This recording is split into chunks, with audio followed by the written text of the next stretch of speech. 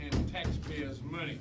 And I think that it's something that we must learn about and earn about to make things like they should be. So I'm just happy to be in Chicago with Omar to further signify the need. It is a dire need for us to come together in unity and to be able to work for a better America, black and white alike. Excuse me, Debbie Rhodey, can you please come up front? Here, she's with Advocate Health System. Hi, Debbie Rhodey. Hi, nice to meet It's you. just a delight to have you here, Debbie Rhodey. Introduce yourself, Debbie. I always wanted to be I'm Debbie Rhodey. Debbie Rhodey, Vice President for Facilities and Construction for Advocate Healthcare. Okay, and also let me say that Andre Jones come forward, which is the chairman for tonight's event. Andre Jones. Andre Jones. What a delight it is to meet you, sir. Likewise, sir. Introduce yourself, Andre. I'm Andre Jones, and on behalf of the African American Contractors Association, we welcome Don King. We know it's going to be a glistening evening. That's right. Talk about the partnership. What's the purpose of it? Well, the purpose for us asking Mr. King, Don King, for this outstanding visit is because of his legacy of fighting the fight. And you know what I mean by fighting the fight. From the streets all the way into the suites, as well as in the ring of our homes and dining rooms and bedrooms. He has done such a fabulous job in introducing to us what is the quality boxing and entertainment is all about. And he has done it in a sense of such style and class to the point that we had to reach out to him, say, Don, not only are you fighting on that end, we're fighting these contractors. He said, Brother Omar, if I can help unify and bring you around to make sure that this fight of construction is unified in these agencies where I'm able to reach to, I would do that. And truly, he has started to do it, and I really think this is a blessing, and I just want to be his mentor. Go ahead, Omar. Mr. King, can you say anything else to the audience that you have? Well, I'm just delighted to be here because I'm looking for a better America. My mission is to make America better, black and white alike. We recognize and appreciate the fact that we are the downtrodden, underprivileged, and the denied. And I think that when we can reach out and touch someone and make a change, that's what we do. And so I think that working through all the intricacies and the myriad of complexities in the government, as well as in our regular daily life, we want to be able to reach out and bring us all together, black and white alike, to work together for the open mobility and the elevation of the American people. Any questions from the media? So you, the recent link with the Citizen newspaper, can you explain what the problem is for African American contractors and then how Don King's notoriety went to knock out punches with helping the cause? Well, as you know, that we are all over the country fighting for contractors in every state, every city. Just came out of Milwaukee, headed to Dallas after leaving this event this week. And I'm going to tell you that the plight of African Americans and contracting in general is very dismal in regards to African American involvement in building in this country. And with a person like Don King that definitely know how to fight for the rights of people in general, I think with this partnership, we're going to knock down not just walls, we're going to open up the rivers, the streams, and open up all opportunity for all people. And I love the fact that we couldn't have done it better, but with a king like Mr. Don King. And can you go into a little bit more detail as to what the partnership is, how did it come about? Well, it came about reaching out. I've known Don since a little boy. I've watched him. And all it takes sometimes is to reach out to individuals to find out what they have to offer and can they assist you in your efforts. And he reached out to me and said, Omar, if I can do something to help some of your contractors across the United States, he said I would do it. He said I don't have a problem with reaching into the government for the present government or the next government. He said that he would do that, and I truly believe that he is willing and ready to do it. Mr. King, contracting and boxing is two different things, so what can you bring to the table and how do you think you can help them? Well, blackness is unique. It is not different. No matter what endeavor or discipline that you're going into, you're still black. If you rich, you're a rich black. If you poor, you're a poor black. If you you're educated black. If you're dancing, sliding, and gliding black, you are dancing black, you were black till you die. So that's a common bond that would come into our country called America, my country, tis the sweet land of liberty. And that means we got to be able to work for a better government, a better relationship between white and black. And you've been indoctrinated for 400 years, you know what I mean, of being left out, invisible, you know, so, and it's from slavery. So you got to be able to understand that anything you can do, if you can open up doors or reach out and touch someone, you got to be able to do that for the betterment of mankind, but it's more importantly the betterment of your people, and then make them where they can work with other people, not with hostility and divisiveness, but with friendship, unanimity, and zeal. That's right. Where's this battleground going to take place? Are we going to use Chicago as a testing ground? No. Do you have any specific Let me speak to that. The battleground is 50 states. That's right. In the United States. The battleground is here because what we have to do is to make America better, but to stand up. You know, a man can't ride your back unless it's a bit. You must be able to get up and fight, you know what I mean? Not with hostility and anger. You recognize what it is, but you want to try to change that. And in working together, you can change it. This is the greatest nation in the world. Its pronouncements, what it has said, and what it is written in its Constitution is enough for us to be able to deal with it. We can make that come true. So we've got to ascribe to it and work for it, because this is what really it means for all of us. I don't care how smart you are, how dumb you are, you still are black. And so you must understand being black, and this is a disadvantage in our country, because it's been indoctrinated that blacks are invisible. We're lazy, shiftless, worthless, no accountant, we all lie, cheat, and steal. That is the stereotype image that they have perpetuated over the years about us. And so now it's being exposed, because many of the whites have come out, the Goodman, Cheney, Smyrna down in Mississippi, you know what I mean? The white kids and white people are contributing and going into those who love freedom. And freedom is what it's really all about. Freedom to have enterprise, freedom of speech, freedom of being able to deal with things that in a manner that you're going to get equal rights. So you got to understand that when you have people of our color and our kind trying to make it, we have to try to work for the betterment of this country by working together and agitating until we can bring about that much needed change of us all coming together. We're all God's children. Any other questions? Thank you very much for attending. Of all the things that we must do, what would you say is the single most important thing that we should do? Hank Johnson, come. Well, the thing that what I would say is that first you have to have faith in God, whoever your God may be. Now, with that faith, you can bring about the change by unity, you know, of us coming together. We must first of all learn to respect ourselves, you know, have confidence in yourself, determination, and be able to deal with yourself. You know, let me put it this way succinctly. If you're in an airplane and the danger sign comes on, the first thing they tell you to do is to take the oxygen mask and put it on yourself first. Then you can turn around and help your children, you know what I mean? And so you got to be able to always understand that self-reliance, self-determination, self-respect, and take the 2x4 out of your eye before you try to take the splinter out your brother's eye. You can make it, man. You can make things happen that you would think that were impossible. You can snatch the possible out of the impossible. But you got to be able to first know yourself, you know what I mean, and be able to deal with that. Then we got to come in together for the betterment of the whole, not as an individual, because I could not describe and base my feelings on my own victimization. You know what I mean? The double standard doctrine we have to try to eradicate. And to eradicate that, you can't go on your own personal experiences because that's too narrow. You know what I mean? But you can go on the indestructible moral fiber of humanity, you know what I mean? Because everything that they say is right, they just don't do it. The practice and the promise is two different things. And so if we can learn to be able to be to thine own self, as Shakespeare would say, be true, I think we can make it. I think that's the most important thing, because other than that, you're fighting with a false entity. If we ain't together and we don't really deal with each other like we're supposed to deal with each other, and which dealing with ourselves, then everybody that you think is an ally, they may be a traitor. And you have to understand that Cicero said 2,000 years ago that a traitor's to be feared worse than a murderer. He looks like you, wears the same garment you do, sit down and eat, you know what I mean, at your table, you know, everybody eats with the body politic. You know what I mean? He undermines whatever you're trying to do, the government. You know what I mean? So it's been many of them called and hurt, rather than just the one that the murderer goes out and kills.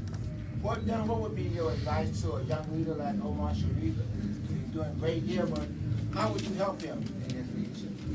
Well, Omar Sharif is a tried, true, dedicated individual, and what I would do is encourage him to do what he's to keep on keeping on, but to open up doors and make things where, in a business sense, that that can make happen. Like President George Walker Bush, who I supported against all odds, against my community and everybody, but he's access to power. And President Bush is a man that has the intestinal fortitude to do what many of the presidents, including all 42 of them before he became the 43rd president, is to include black people. You know what I mean? So now many programs that you have, programs that you feed that you could use as an argument to me to say, well, they cut this program, they cut that program, but the programs are supposed to sustain you until you can graduate, like going to kindergarten, to middle school, to high school, and to college, and you had to go get a degree, a bachelor's degree, get a BA, and then you go out, you get a master's, and you get a PhD. Well, you got to be included to be in any of that. We were not included. We haven't been included. And as I said priorly, the image and the stereotype image of us is one that we all lie, cheat, and steal. They used to say lazy, lethargic. They can't argue with me about the laziness and the lethargy, because today I got on a plane, came here to see Omar, because the cause wasn't for Omar, it was what Omar represents. That's you. You know what I mean? You know what I mean? So I had to come here, for my people and American people, black and white alike, because to help the blacks, you help the whites. You take the burden of guilt away from them, and you take the burden of subservience off your own back. Truckling and being obsequious and giving in when you don't have to give in. You know what I mean? So in so doing, you make a mark that you say you go out there and get. With Bush did what many people never realized what he did. You can say that he took the black woman, he put her in security position first. Condoleezza Rice. Dr. Rice is there. Colin Powell, first cabinet member of our great United States security. Now, either George Walker Bush is completely insane, or he's a man of God. He had to have something there to do this, because he put our country with 250 to 300 million people in the hands of two lazy, lethargic, shiftless, worthless, lower complex. You know what I mean? Now, and that's the security of all of them, black and white alike. So I choose to think that he's a man of God, that he had the intestinal fortitude to go out and do what he had to do. Now, and in inclusion, then he got the HUD with Alphonso Jackson and all of the ones from the HUD into education. So what I'm saying is he lifted the bar. He lifted the bar of dignity. He lifted the bar of hope and aspiration. He lifted the bar, you know what I mean, the people that can be, I'm included, I can be a part of the country. Now, this means a lot because it's symbolism. Heretofore, they were to the racists, the white supremacists. They would say that they're ignorant, they can't rise to the occasion, but he got blacks that he put in a position of importance. And in this position, they acquitted themselves with great aplomb. And in so doing, they demonstrated to the world, to friend and foe alike, that if you give it an opportunity and the land of opportunity, you can rise to the occasion and you can acquit your duties just like anyone else, or better.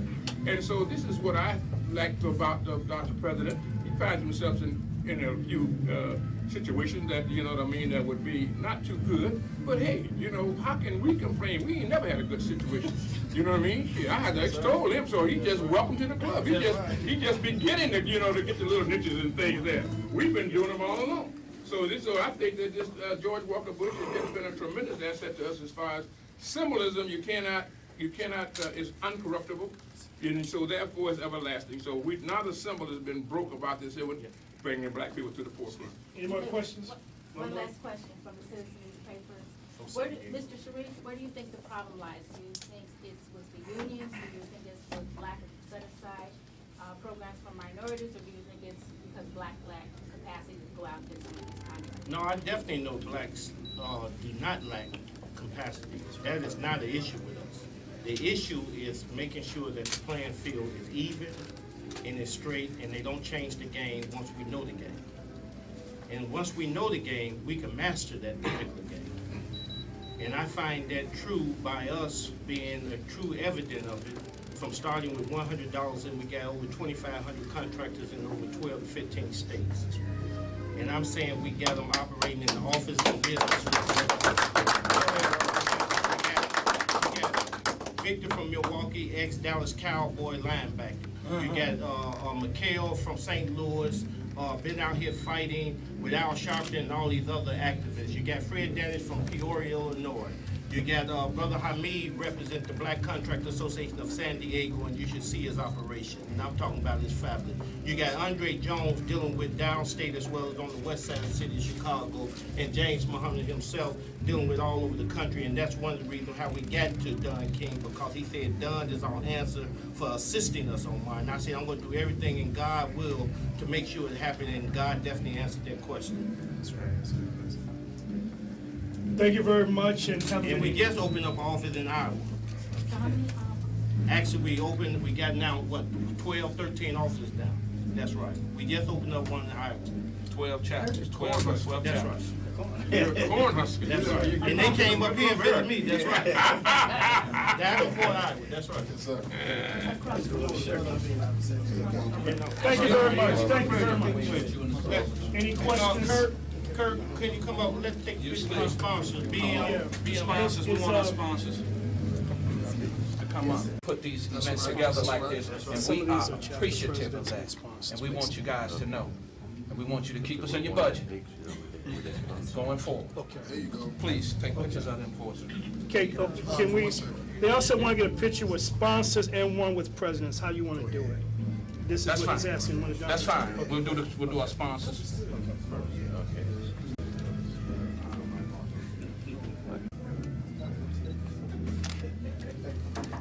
Okay, can we get it with the presidents of the Yeah, chapters? the presidents of the chapters. Of the chapters. Okay. How you doing, brother man? All right, brother man.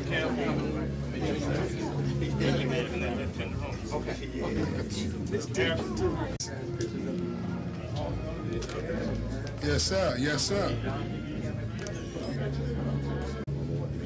Everybody looking? Here we go. There we go. Put this on the front of Cornerstone magazine. Please, Yes, sir. National Black Contractors magazine. Cornerstone.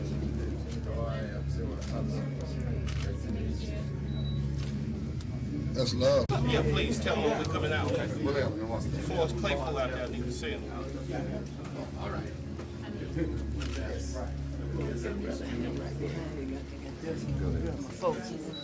I'll get one. Okay. And he's the This is only in America. chairman of the Administration of Small Business in Sherrill Mills. Thank you, sir. I appreciate All right, beautiful. And so they already have told me that they will open the doors and see if they can. In a little while. You gotta take it one more time, turn it up one time. right after we do this, You got it? They can have you. Excuse me. Let me grab it real quick. yeah, walk in the house. Hey, oh, yeah, got Yeah, we gotta do one.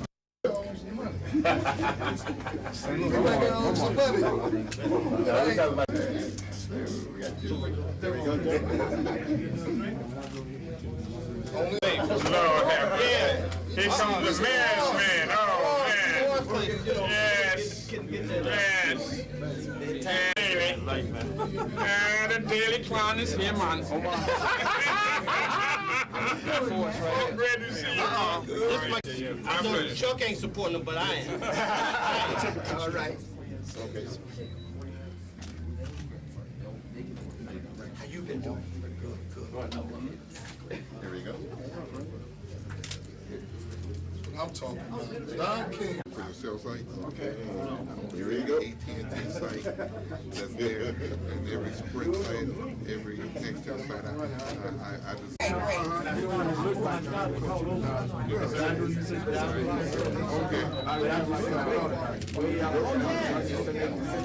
Can somebody get out?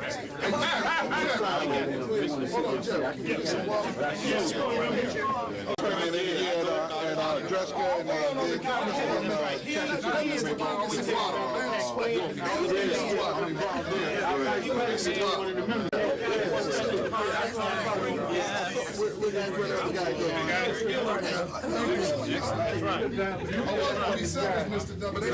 can't stand no Nebraska guy, but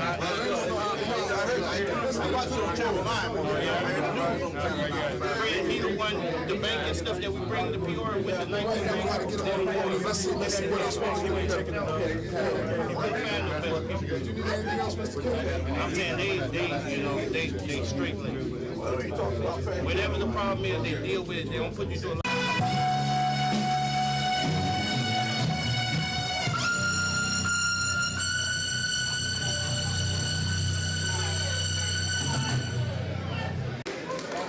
Ladies and gentlemen, let's give a round of applause for Sax Preacher and his band. They do a great job everything. Okay, we're going to start this program this evening, ladies and gentlemen.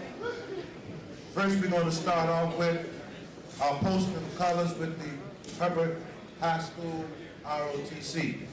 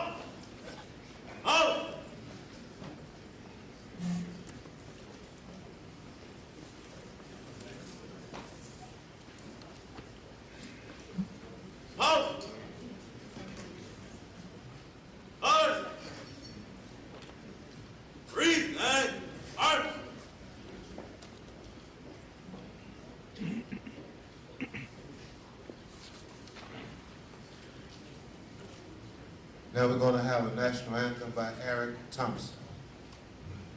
Let's give him a round of applause, ladies and gentlemen.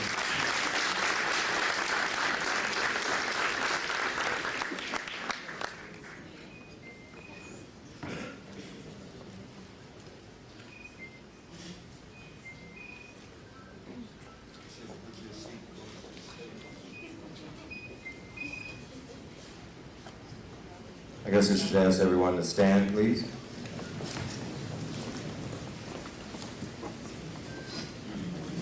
And you can sing along with me if you're so inclined, and if this is your key. Oh, say, can you see by the dawn's early light what so proudly we hail at the twilight's last gleaming, whose broad stripes and bright stars through the perilous fight o'er the ramparts we watched were so gallantly streaming, and the rockets' red glare, the bombs bursting in air, gave proof to the night that our flag was still there.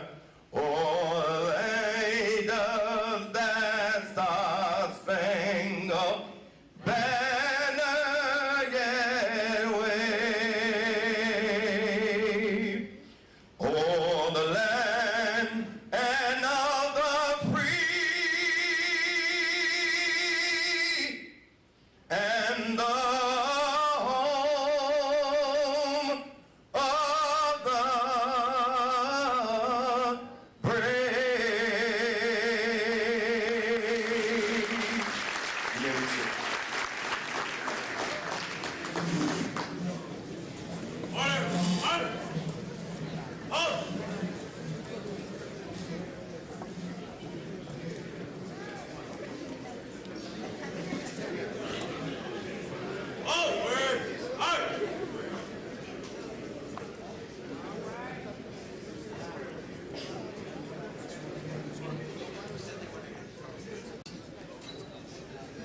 Let's give a round of applause for Herbert High School ROTC.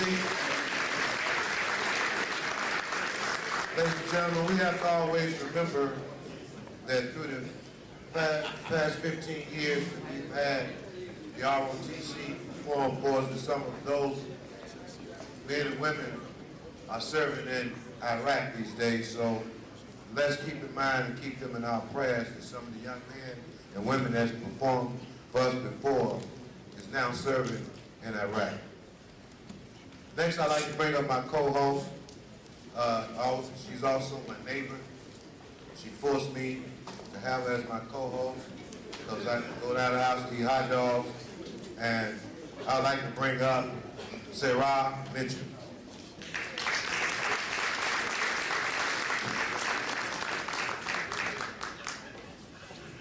Good evening, ladies and gentlemen. I'm gonna have to let him have it for that because I don't cook no hot dogs. No, how you all doing this evening? Everybody's looking strikingly beautiful, I must say. This is actually a pleasure to be here. It's actually 15th annual. I'm actually pleased to be here to co-host with Mr. Fontaine. So we're gonna go ahead and get this started. We're gonna go ahead and get this started as we introduce John Collins. Is he here? John Collins of IIT. He's gonna give out our welcome address.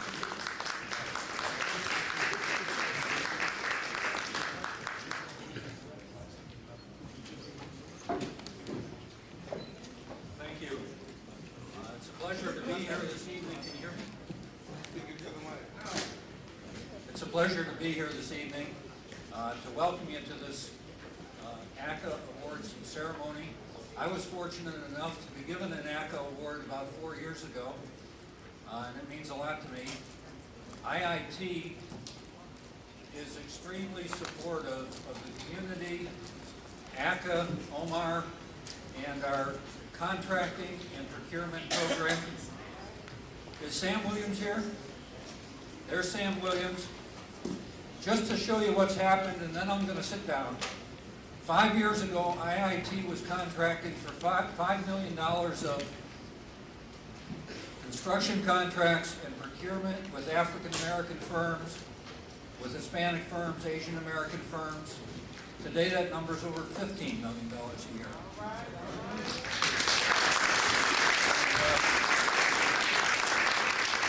Much of that is due to the support of the people in this room. I see many contractors we're working with today. I'd introduce some of them, but I can't introduce them all because there's too many here. But it's good to see them there. So welcome and enjoy the evening.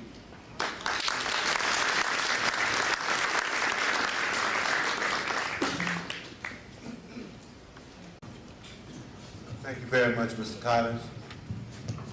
Let's give Mr. Collins a round of applause for everyone Institute of Technology who have constantly allowed us to give this function here in their house for the last 13 years. We're going to bring up one of active members. He used to be the vice president, but I am now. But he also runs an organization on the west side, which is an extension of the African American Contract Association. And we all have been together for many years. Omar and I, we've always been in college together. We starved together and all this stuff. So now we're in the struggle together. And ladies and gentlemen, I'd like to introduce to you, which you all know, Andre Jones.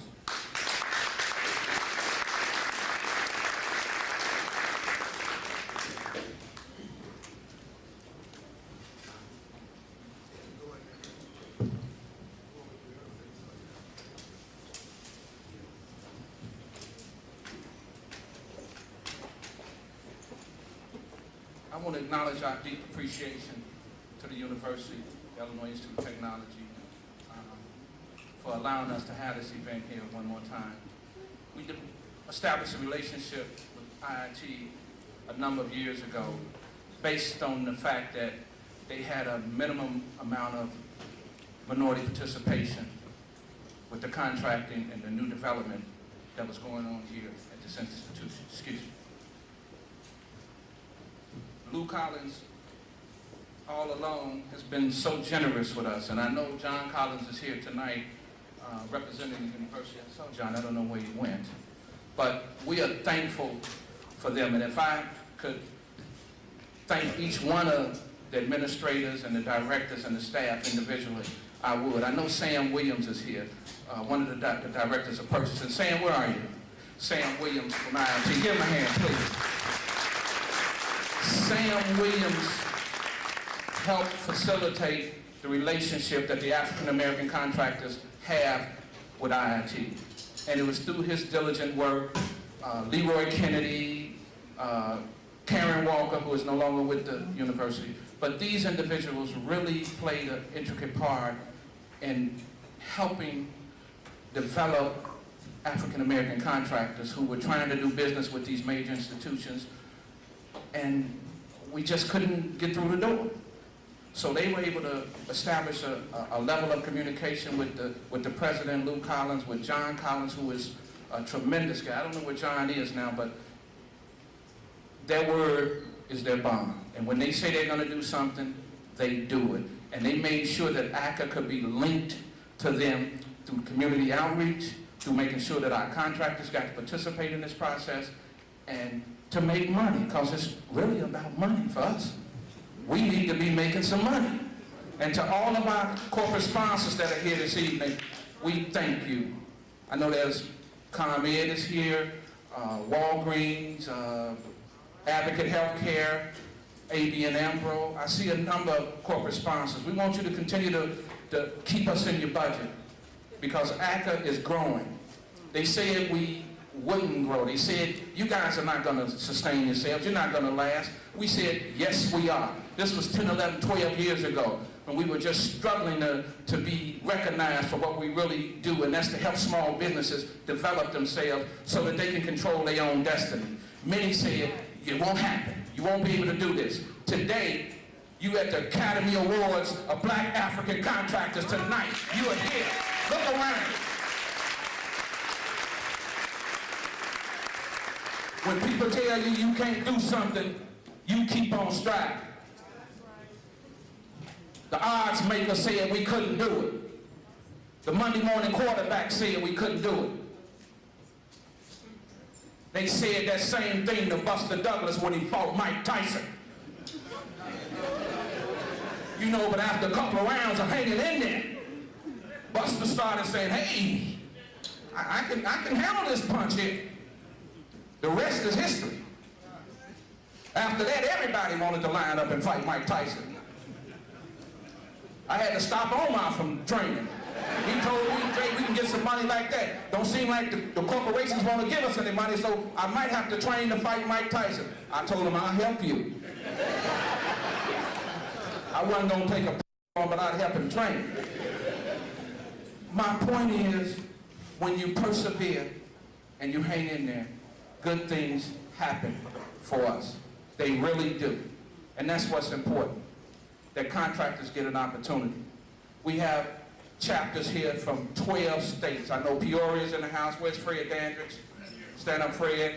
I know we have representation from San Diego, from Milwaukee, from Rockford, from Iowa, from Omaha. You name it. ACA is expanding. And our corporate sponsors, we need you to stay the course with us.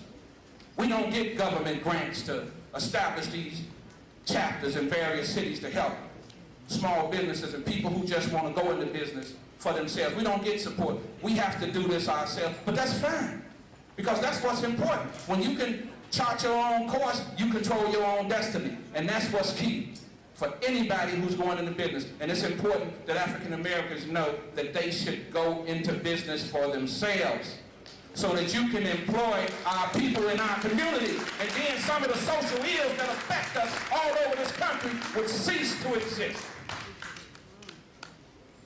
Because the key factor is opportunity and access to capital and opportunity. We need to be able to hire people. Small businesses are responsible for most jobs across this country.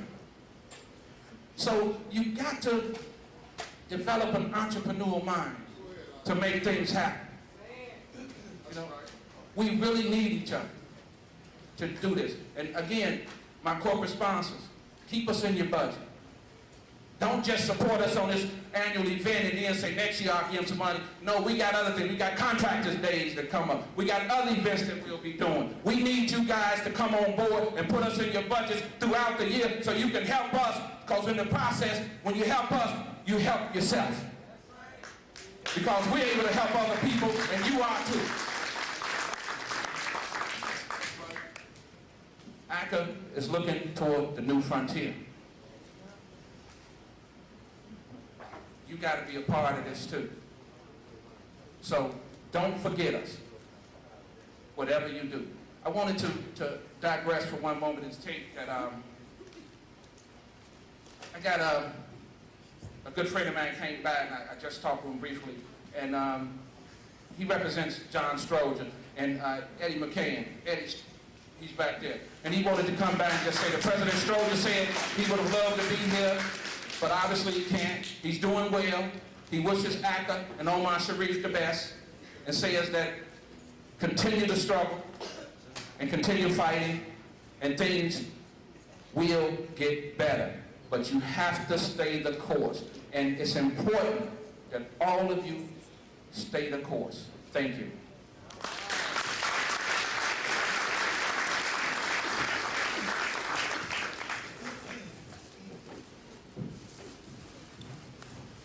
Y'all put y'all hands together for Andre, a.k.a. Keeping It Real. He kept it real. We're going to keep this thing moving. Up next, we have the Cook County Commissioner. He's currently a Cook County Commissioner. He's running for the Cook County Board President. Okay, we're going to give it up for Forrest, not Forrest Gump. We're going to give it up for Forrest. Yeah. Thank you. My name is Forrest Claypool, not Forrest Gump. He's my cousin. But I am running for Cook County Board President. I'm honored to be here tonight with the African American Contractors Association. I've been proud to work with Omar Sharif and the African American Contractors Association for 15, almost 20 years now. Back at the State Treasurer's Office with Pat Quinn, where we worked for low-interest loans for African American contractors to expand their businesses. When I was head of the Chicago Park District, ACA was there with Omar pushing and prodding and pushing and prodding until 35% of all our contracts went to African American and minority-owned firms. And I know that if I'm elected on March 21st, I'm going to have the opportunity to work with the African American contractors again and Omar again to expand opportunities in Cook County's $3 billion government, where right now just a couple of percentage points each year goes to minority-owned firms, 7% minority-owned firms, and only a very tiny percentage of that to African American construction firms. But it's got to change. We will change it. I'm proud to have worked with you in the past. I hope to work with you in the future, and I'm honored to be here tonight. Keep up the tremendous work you're doing. You're making the difference. You are the future. Thank you so much.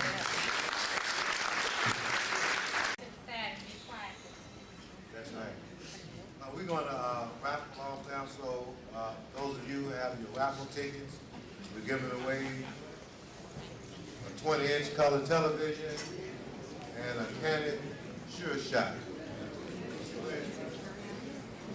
BMA company, they are the one that's providing all 5 20-inch color televisions this evening, as well as 2 Canon Sure Shot. Let's say it's 1 camera, it's not 2. The other one, I lost it. Lost it right over there. That's Hank Johnson and George.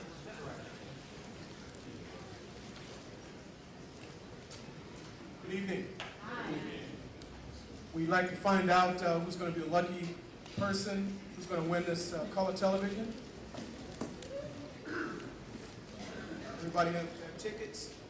If I can just digress for a second and just talk about AACA. No, I don't have a script, and I certainly don't profess to be a speaker, if you will. But I want to say some kind words about Omar Sharif.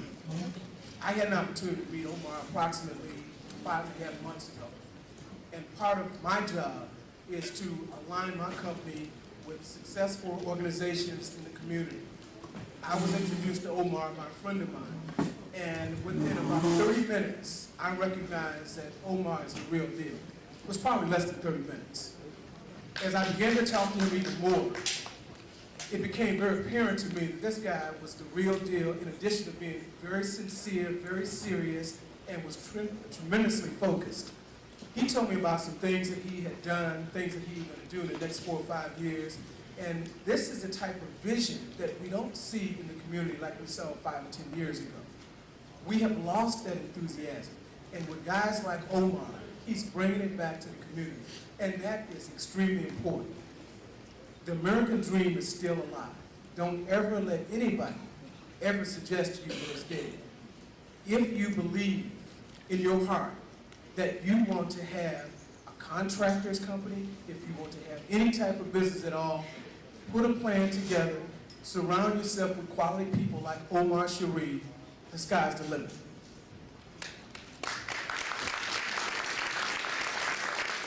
Okay, let's find a lucky person. The number is 629882. Okay, we have a winner.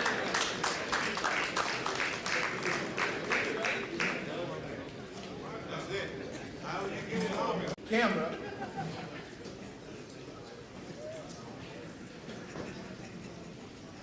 The next ticket is 629797. Don't nobody want the camera, huh? Gotta be present to win. Okay, let's move on. It's 629797.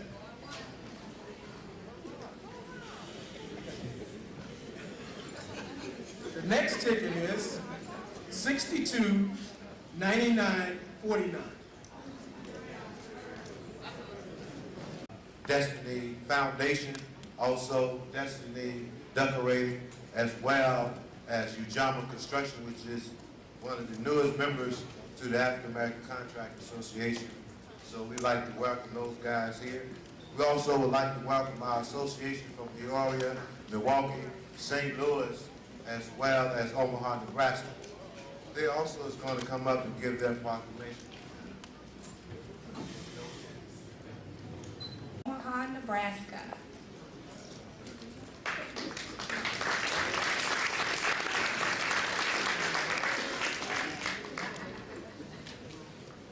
Good evening. If I could just have a few minutes of your time real quick. Omar, he's my cousin as well. And I just have a little quick story to tell. I was probably about 10 years old. I lived about 12 blocks up on 44th and Federal. And every Saturday, Omar used to come and pick myself up and about 3 or 4 of my other cousins when he first got started as an actor.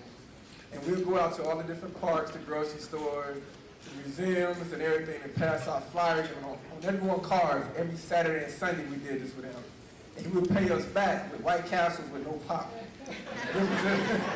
This is a way of paying us back every Saturday and every Sunday. So it's a pleasure to see, 15 years and going, to see him doing what he's doing now. It's just an honor to see him just doing so well these days. The proclamation. Dear members and guests, as Mayor of the City of Omaha, I'm honored to send greetings to the attendees of the African American Contractors Association 15th Annual Membership and Awards Reception. This year's theme, continue to fight for jobs, contracts, and economic empowerment for the common man and woman, is an important message that impacts us all. I am proud of your organization and Omaha's local chapters, commitment to the advancements of minorities in the business community. Thank you for your continued efforts and congratulations to this year's award recipients. Enjoy the events. Best wishes, Mike Fahey, Mayor of the City of Omaha. Thank you.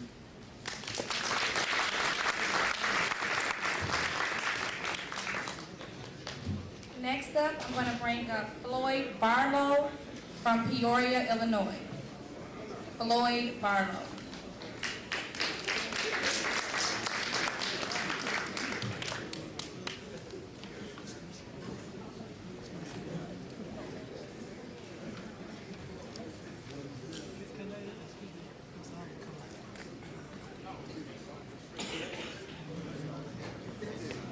I know I'm a crazy chick and everything, but somebody sent me off. It's not Floyd Barlow. No, I got Floyd Barlow. I talked to Floyd Barlow, and this ain't Floyd Barlow. Okay, how you doing? All right, thank you for coming. I'm glad you're here. He's from Peoria. He gonna tell y'all his name.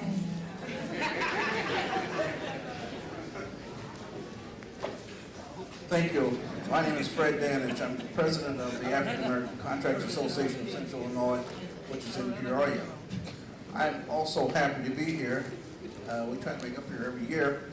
And I'm especially pleased to see my good friend from San Diego, Mr. and Mrs. Hamid, are here. And it's our pleasure that they come to join us here at this annual event. From the Office of the Mayor of the City of Peoria, proclamation. Whereas the African American Contractors Association will be celebrating their 15th annual membership and awards reception on March 15, 2006 in Chicago, Illinois. And whereas the African American Contractors Association has long promoted the participation of minorities in the construction industry, and whereas the African American Contractors Association serves as an excellent networking opportunity for major corporations, lending institutions, and business community organizations. And therefore, I, Jim Artis, Mayor of the City of Peoria, Illinois, do hereby recognize the African American Contractors Association in Peoria, Illinois for their tireless effort and dedication to business and development. Dated this 3rd day of March 2006 AD, James E. Artis. Thank you.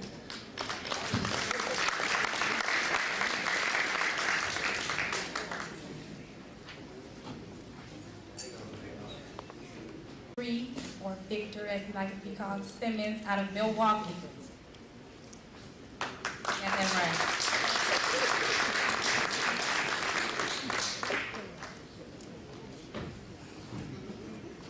Yeah, good evening, ladies and gentlemen.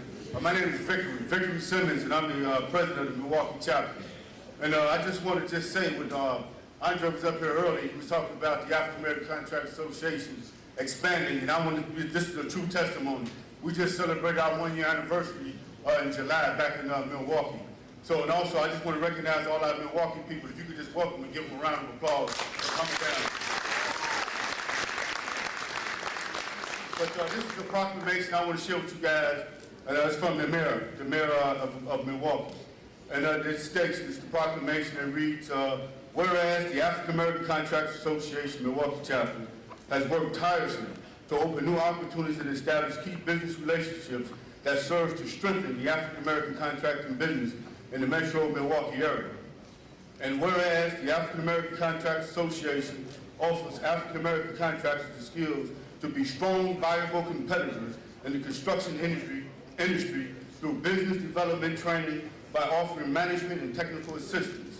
And whereas the African American Contractors Association has developed over the past decade into a well-built organization that serves local communities like Milwaukee and fosters growth throughout the Midwest. And whereas the African American Contractors Association sponsors numerous business opportunities conferences for developers, general contractors, and corporations that link members with the buyers of contracting services. And whereas the City of Milwaukee commends the African American Contractors Association Milwaukee chapter for its efforts to strengthen business communities while providing family-supporting jobs to individual contractors. Now, therefore, I, Tom Barrett, Mayor of the City of Milwaukee, do hereby proclaim Wednesday, March 15, 2006, as African American Contractors Day throughout the City of Milwaukee, signed Tom Barrett, Mayor of the City of Milwaukee. And I just want to say congratulations to Omar. And it was a wonderful trip coming down and actually going through the bypasses coming in the city. And that's just an illustration of us all connecting together and vibing. So once again, congratulations, Omar. You deserve this.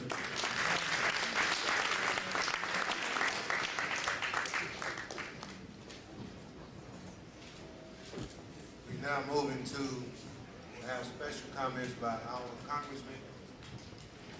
I'm sorry, y'all. The mic was about to fall off the stage right here. As I was saying, that we're going to have a special comment by our congressman, the Honorable Congressman Danny K. Davis. Well, thank you very much. I've been to Norman Hall a lot of times, but I've never seen this room look as good as it looks tonight. Matter of fact, let me just first of all commend and congratulate Omar and the African American Contractors Association. And it's really a pleasure to know that we've got people here from all over the country, Omaha, Nebraska, Milwaukee, Wisconsin. Matter of fact, the last time I was in Milwaukee, I was giving a speech to a group of Masons, and every time they would say something, they'd say, "To the President of the United States of America, to him we drink." Then they'd say, "To the Secretary of Housing and Urban Development, Alfonso Jackson, to him we drink." Then they'd say, "To John Smith of the Grand Order of the Elks."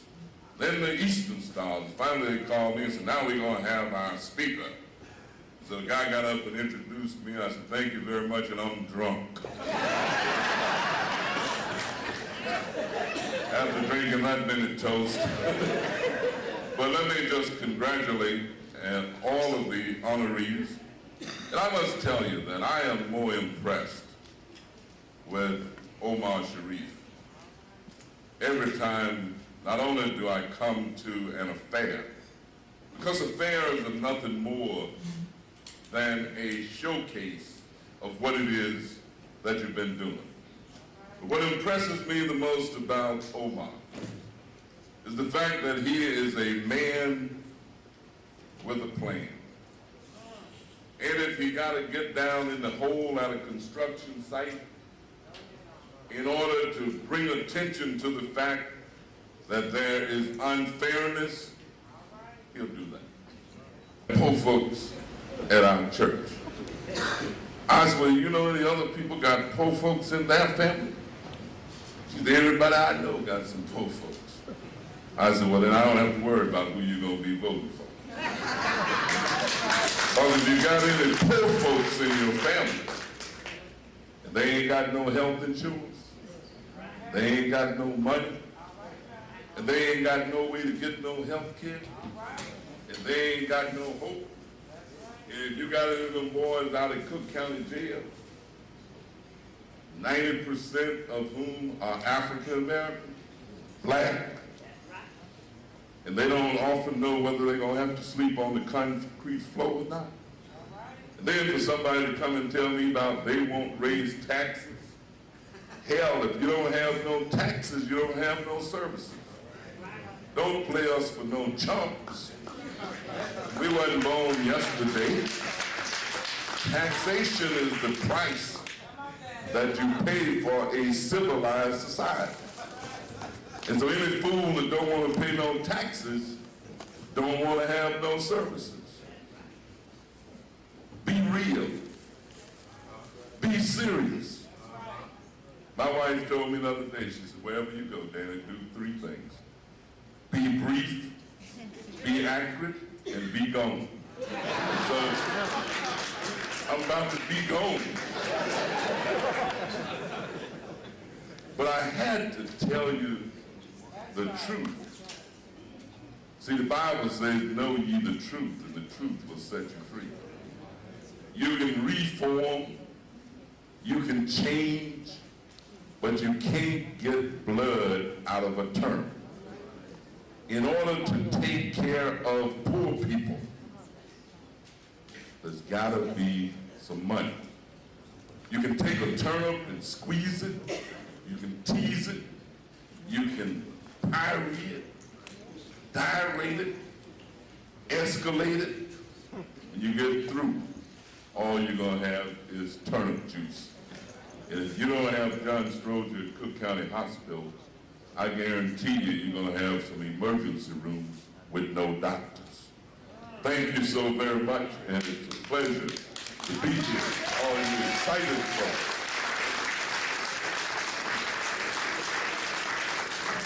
Another round of applause.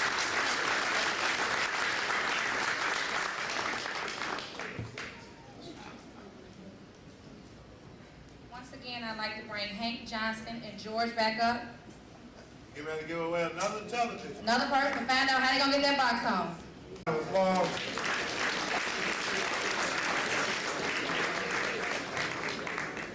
We ought to have some kind of law that if you know me, you can't win anything. I agree. like my friend over there, and television. She'll go to my grandmother. I know she gonna say she don't know me better.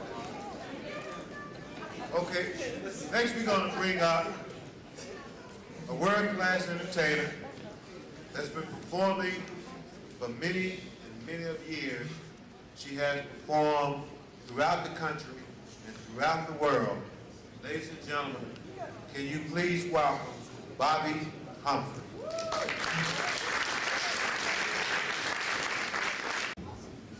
Hello everyone, how you guys doing tonight? Let's try it again. How you guys doing tonight? I'm not hip-hop, but show me a little love. You know how the hip-hopper say, show me some love. I am so happy that my buddy Omar Sharif and his wife brought me into Chicago. I love Chicago. Years ago, I did a song called Chicago Damn. And right now, I'd like to welcome you guys, musically speaking. We're amongst friends, and this is a Lionel Richie composition, simply entitled, Hello.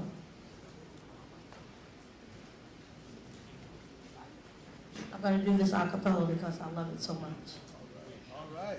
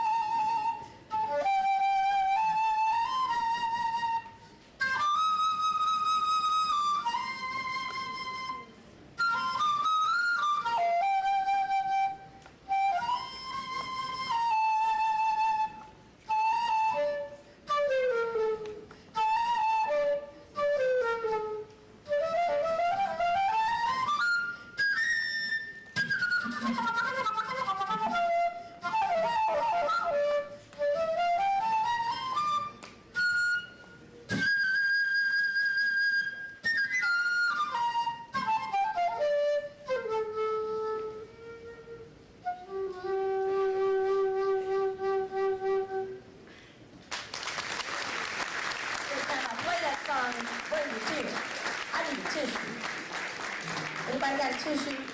Girlfriend, I've got to change my mascara because this one stinks. Is there a tissue on the table for real? I'm not saying is there a doctor in the house, but I need a tissue. Not trying to get dramatic, but I need a tissue. One of my favorite songs was a song that you guys helped to make a big hit for my career on the Blacks and Blues LP, God is Good, and I'm still here. I have a CD. Started my own record label, so I'm glad to be amongst great people who are doing great dreams. I'm just so proud to be amongst entrepreneurs, people who work hard every day, because when I went to New York in the summer of 1971, I went with $400, my flute, and my faith, and I've gone all over the world, sold millions of records, and now I have my own company, BobbyHumphrey.net. Thank you. And I redid one of my favorite songs that you guys made a hit, Harlem River Drive, and we're going to do it rub it up style. Show me some love. Mr. DJ, please, you know I'm so crazy. I'm working on my television show, y'all. Y'all will see it. Harlem River Drive. Let's crank it up a little bit. It's party time. And y'all the background singers. Harlem River Drive. Y'all bring it up. Let me hear y'all. Harlem River Drive. Bring up the track too.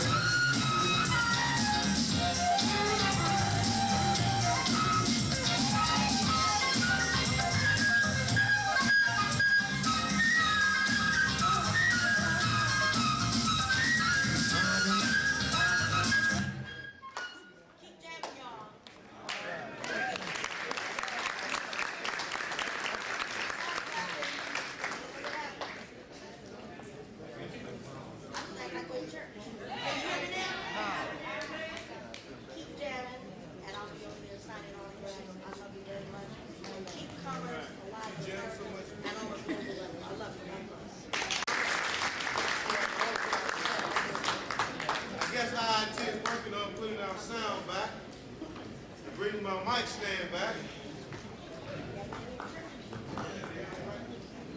You all keep it live and punch 45. Keep it live and punch 45. Patricia Horton. I wanna make sure I get a cheap water bill. Get that, you know.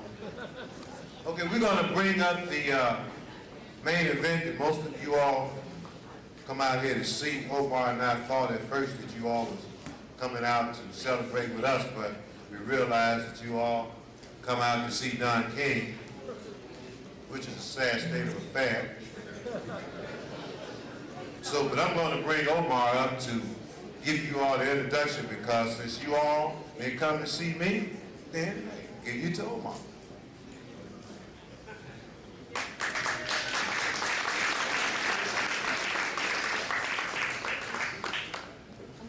First of all, let me thank everyone for coming out.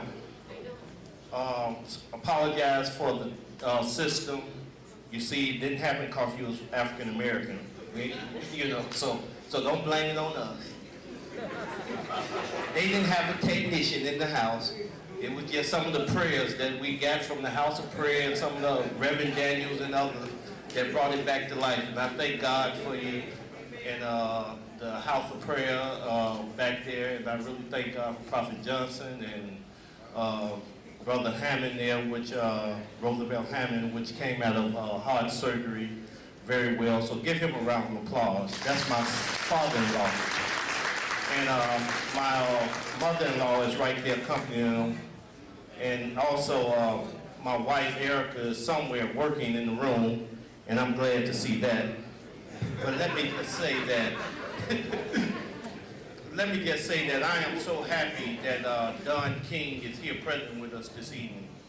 We cannot explain to you how it actually all unfolded, but Don reached out to us and said, Omar, I want to help African American contractors. He reminded me of Sister Barbara McGowan from Water Reclamation, always fighting.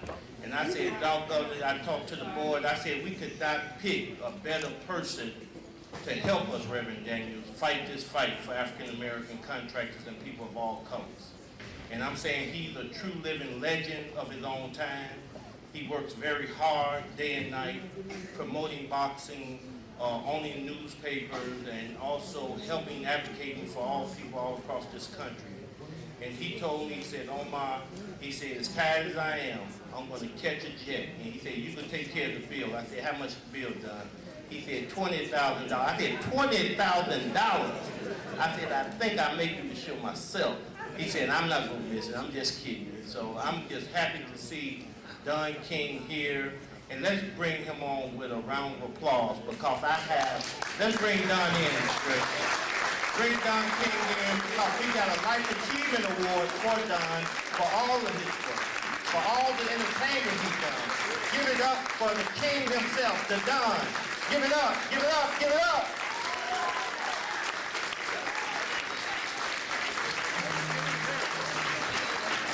This award is for Don King for all his work, life achievement, entertaining us, making us feel good when we feel bad. But I'm telling you, this is a man that we admire, we love, and we respect. And don't mess with the King.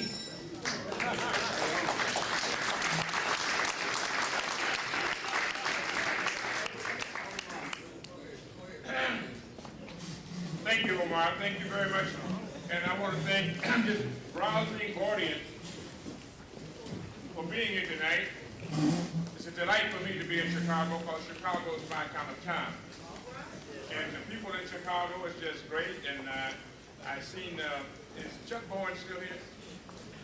Well, he may be gone, but he represents Richard Daley. Or no, he reached the other, yes, Mayor. Y'all know who he is. You know, anyway, I am here tonight to speak to you all on behalf of the African American contractors. And I think it's just so marvelous to see such a wonderful turnout, and Omar and his staff and people that are working with him, the contractors across the nation is doing a tremendous job. But they're builders, and that's why I'm here, because it wasn't just for Omar that I came. I came because he represented you, the people. And the people are the most important, you know.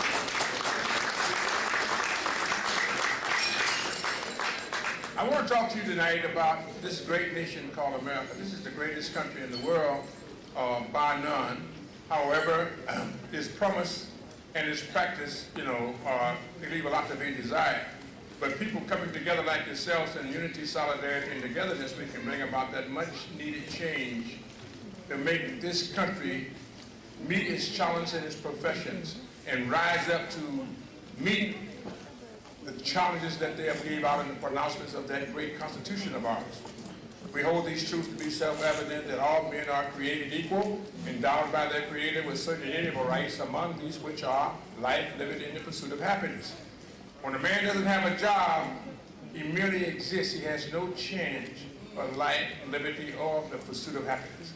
You know, so we're being denied, and in being denied, it's time for us now to recognize that the country is exploding with new opportunities, and it's the new America, and we got to make the new America work for the benefit of all the Americans in this great country, black and white alike. And so in order to do that, we must recognize the plight that we have, where we come from, where we're going. In the United States, March 4th, 1789, they ratified the Constitution of the United States. In the ratification, they had an egregious pact with the devil that made all black people 3/5 human beings. Now, the 3/5 human being was thrice put up into the Congress of this Continental Congress from back there, the 13 states or whatever the colonies we should say, and a man named Roger Sherman, you know, unwigged but uncanny, you know, in the Calvinists, and he introduced the proportion of government where the lower house will be proportioned where Congressman Davis is at now. He's in the lower house, you know what I mean? And the members of Congress in the upper house, which is the Senate, will be totally equal. But in order to do that, even for this country to be what it is today, euphemistically, the blacks have to sacrifice themselves in order for this country to come together to get the ratification of that Constitution. If we had not been docile, and we had fought back, and we say we would give us liberty or give us death, as Patrick Henry would say, then maybe they never would have had it. Would have had colonies going, because at that time each one wanted to make a state of themselves. They had their own agenda, they had their own militia. They had everything that was diametrically opposed to federalism and working together with this government. So that's on the light side. If you have levity for the pain, the suffering, the denigration, the inhumanity that's been perpetrated on a class of people in this great nation called America. However, what I'm appealing to each and every one of you to understand is symbolism, tradition, and custom is diametrically opposed to progress and reform. And it all ties into what the contractors are trying to do in trying to rise up above the fray, to be able to feed their families, and to be able to share in the fruits of this great nation called America, and make certain that they can have a part and participation in the rebuilding and building, the new building of America. And so in doing this here, that means that each one of us have to be ever vigilant. You have to vote, you know what I mean? And voting has been something that has been a crisis for us. We suffered a great tragedy in 2001, 9/11, but it was a wake-up call for America. We, as blacks, are not unfamiliar with terrorism. See, that just came to our white brothers and sisters, you know what I mean? They just got to open the door to them. Terror has been a way of life for us, you know? And so, you know, now, in that moment, I've seen things happen in this country that never would have happened any other time. Black and white came together, they put aside their personal differences, you know what I mean? And they worked toward the unity that the outside force would come in and strike fear and havoc on our country in America, threatening our freedom and liberties. And as Martin Luther King would say, you know, injustice anywhere is a threat to justice everywhere. I say terrorism anywhere is a threat to freedom everywhere. And so it's a thing here that we have to deal with. But in making these things happen, we got to go back to the cause, not the effects. When I asked Congressman Davis, I want him to be able to, I want all of you to have constituents write to your congressman, your leaders, your mayor. If nothing is wrong with removing the 3/5 compromise, let us delete it or amend it or eradicate it, whichever way it is. Because right now, in today's Constitution, you are a 3/5 human being. So is it any wonder why our magnanimous Caucasian brother gives you so much difficulty? He don't know no better. He believes in that doctrine just like we do. In the age-old way that has been came down, you got to understand symbolism is something, like I say, is everlasting. You got to change the symbolism. Custom and tradition ain't nothing good about the good old days, but that they're gone.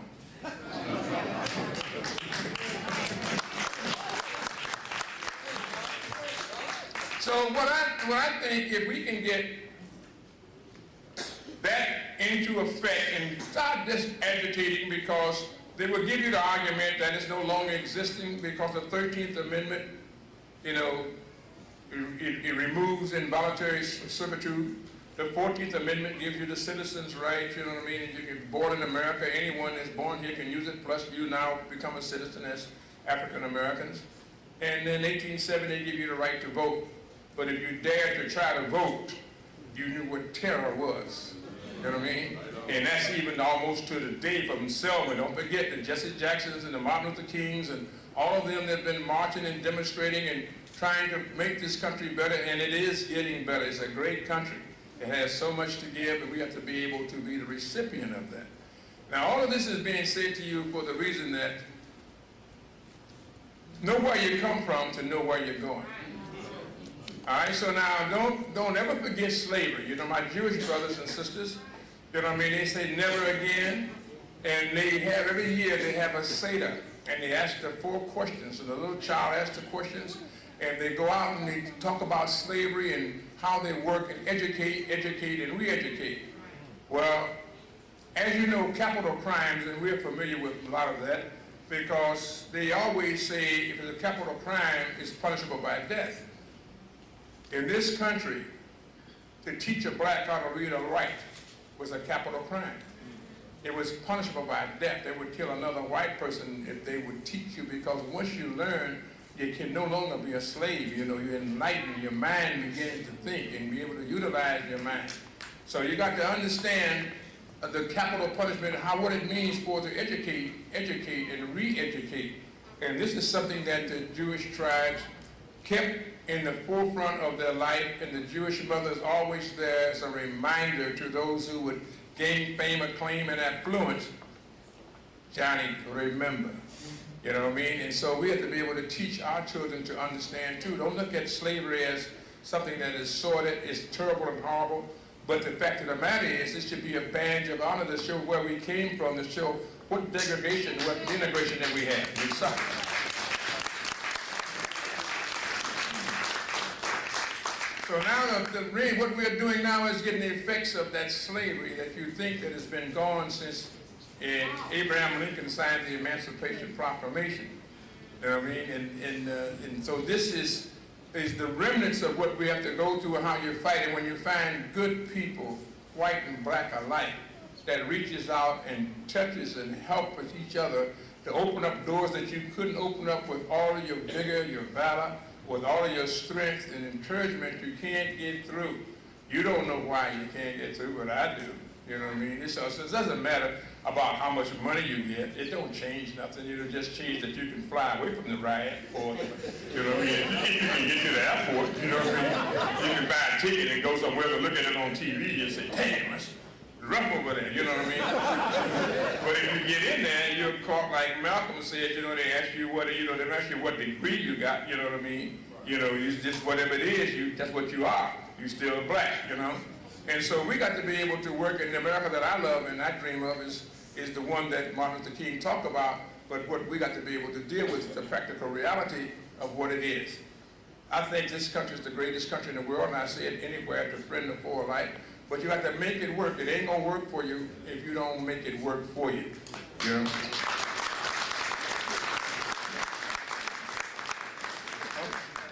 Okay, so now we're going to all call our congressmen and our senators and our mayors. We're going to just start an agitation campaign, because there shouldn't be no problem about removing the 3/5 compromise, because the one thing about history is that I don't think later on, 1,000 years from the day, and the gods of heaven to be you know, looking down and saying, oh, what a magnanimous country that was. You know, those people, that all those heathens and savages, that was 3-5 human beings. They let them have referendums. They let them vote. They let them go out there and talk. You know what I mean? Bad as it was, but you know, after all, you know, they wasn't human. It was, you know, there was 3/5. You know what I mean? And so therefore, they gonna get plaudits for being castrated, burned. You know what I mean? Hung, lynched. You know what I mean? And so you know, no punishment back. And this country is now going back to the redemption, just as the Jews have said never again. And Simon Wiesenthal, who I had the privilege of meeting and having several meetings with in his lifetime before he passed, he said one man can make a difference. And he says that if he knew a Nazi killer that had killed Jews indiscriminately with reckless abandon, he said, and God gave him the vision and the foresight to say this man will die a natural death in 30 days. He'd have to go and get him and prosecute him, and convict him in 15 days so that he could not die being a killer of the Jews and nobody recognized that that's what he was. He can't go. You know he's going to do, well, he's going to be dead anyway. No. You say, you don't want that. You got to get him and let the world know, you know what I mean, that he's a Nazi killer. He's a killer, a man against humanity. All right? So this is something you have to learn and do and adopt, you know what I mean, that you just can't let it go by and say, oh, it's okay, you know what I mean, you know, because that ain't the way it goes. And I like to say this to all the black women in here, they're the field from which we come. If there's ever nation time, we fall from your loins. You know what I mean? And you got to understand, this is one of the reasons why I support George Walker Bush. You can say what you will of me. We had 43 presidents in this nation. George Walker Bush is the only one that practiced inclusion. They all talk it. They talk about doing this and that and the other, and they make programs. And you must understand when you say this, it's tongue-in-cheek, because programs are made to sustain you during a crisis. They make the program so that you can be able to learn to earn. You can develop a trade, a skill. You're supposed to be a graduation in the program. But the programs that they have given us, there's no graduation in them. It's just a subsidy. And the subsidy, while it's in a crisis, you need it. So therefore, it's very appetizing and it's very much needed. It is applauded. But when they do this to you, they lull you to sleep. You know what I mean? If you are educating yourself, if you are getting the benefit of what you do, that you learn for responsibility and accountability, it is the same as the process of going to school. When you go to school, you go to kindergarten, you go to grade school, you go to high school, you go to college. You know, and if you're going on further, if you have the money, you go get an education with a master's and a PhD, you know. But here, you got, each one is a goal. And what is all these stages of education that you're going to? So you can earn, so you know that you can support your family. You can be able to stand up as a man in America and be able to face your wives and children and see that they are taken care of with the comforts and the joys that are available to a person who has an education, who can get a job. You know what I mean? So now when you take this away from him, he has no way to exist. In all the rules and regulations, you got to be, when you're out in the street and you was a player, you know, you want to be a macaroni because we didn't have too many things to aspire to. You know what I mean? So we had to be a player, either a school teacher, an undertaker, or a doctor. You know, we get a doctor or a lawyer, that was the prime thing, you know what I mean? But the man, you know what I mean, he had the good cars, you know what I mean, look for the sisters and things with the shiny hogs and things moving down the street. This is what you aspired to be because all you had, that's the level that you could get to. All right? So now in so doing, you didn't go out to get that education because you were denied education. They closed the doors of the seminaries. They closed the doors of their colleges. You know what I mean? And then they break your legs and ask you why you're limping. And then after they close your schools, they ask you why you're so dumb. You know what I mean? So you got to understand this is a vicious cycle that goes around that we're going to change. So now it's being exposed for what it is so you can deal with it. All right? So getting back to George Walker Bush, the racists in America, they propagate a stereotyped image of us. we are labeled as lazy, lethargic, we can't rise to the occasion, we all lie, cheat, and steal. You know what I mean? And then we're shiftless, worthless, and no account. Now, with the stereotype images of that, is it any wonder why we get out of bed? Or is it any wonder why we would go out and participate in drugs that will lull you to sleep and make you think everything is different, you know, when you're doing it. You know what I mean? So this is what you got to understand. Now, when you understand this, you can understand what I'm going to tell you now. Now, with this type of image that they did, they laid that on me too. They got right now. They say that they're catching hell with me with the line. No, that's not right. They're catching hell with me with laziness, being lethargic, can't rise to the occasion. But I'm catching hell with that lying, cheating, and stealing. You know what I mean? You know, so there's a thing here. But in our scope of things, George Walker Bush appointed Colin Powell as the Secretary of State, #1 cabinet position. He appointed Condoleezza Rice as the National Security Advisor, the closest person to him in the cabinet. And then he had Alfonso Jackson, you know, for HUD, and education, which was vitally important to him. He appointed a black for education. And he put people in position that would make Billboard, Talmadge, and Wallace turn over in their graves. Because this automatically, without any fanfare, strikes a blow against those who have this sickness of prejudice and racism that they have in their mind that says that you shiftless, worthless, no account, you can't rise to the occasion. Now, these were people that could have handled themselves and acquit themselves with adroitly, so that they handled their business with aplomb. Nobody can say they were sycophants and toadies, you know what I mean, and didn't know what they were doing. They wasn't tokenism. They were qualified people. So that raised the bar of dignity. That raised the bar of pride. That raised the bar of hope and aspiration for all of us out here in this audience and our children, that they didn't have to be baseball players, you know, hitting a baseball, or football players from the cotton ball to the football, and then they didn't have to be singers and dancers sliding and gliding on the stage.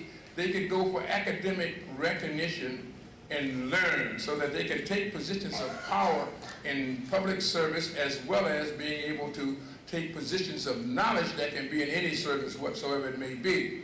These things is what Bush did. You know, now he's going to get complained about some of the other policies and the things that they do, because all of it is coming at one time. But the fact of the matter is, the symbolism that I'm talking about, just as that symbol of the 3/5 compromise still sits, the symbolism that he can no longer point to a black person and say, if you give him an opportunity in the land of opportunity, that he can't rise to the occasion and acquit his duties with great aplomb. That he wrecked them with, and they cannot get around it. And so I'm looking at the long run of what it is and how it is, which brings us to the dinner that you're at tonight for the contractors that are trying to now get a part and parcel of this great nation. I visited the Small Business Administration, where Hector Barreto is the head of, and Cheryl Mills, and I spoke about these contractors that are here, and that the participation of that deadly natural disaster in Katrina and Louisiana, and the rebuilding of Louisiana, that they would want a part and parcel to be a part of the rebuilding of that. And when you're building, it's always beautiful to be building the bricks, the steel, the mortar, the wood, putting things together to make America better. All right, so now I told them the plight of the black contractors, and they understood what we were saying, and we say, naturally, they give you forms to fill out, they give you what they call applications, and to applications to a black person in America is like an anathema, you know what I mean? It's the kiss of death, you know what I mean? Have you ever been arrested? You know what I mean? Have you ever did this? Have you ever had any trouble with the law? 3 out of 5 out of every black that's ever been arrested, and I don't care what they did, how they did it, where they went, whatever they did, you got a record, you know what I mean? So you automatically systematically excluded without any fanfare. You know what I mean? So I told them that. So they say, let's keep it real. If you're gonna keep it real with Omar and all of his guys coming here, if you keep it real, don't give them things that you can. They tell jokes about. You know what I mean? They had the white man was an Italian, was a Catholic, a Jew. You know what I mean? And a black guy, and they say we have a spelling bee to get into heaven. And tell the Italian you spell cat, he say C-A-T. You know what I mean? And they tell the Jew, you spell brag, you say B-R-A-G-G. You know what I mean? And they tell the brother, you just hieroglyphics. Spell hieroglyphics. So you're always going to find yourself in that type of a situation. So if you understand it, you don't get mad, you get smart. I love this country. Why do I love this country? Because let me tell you why I love this country. And I love my white brother too. Let me tell you why.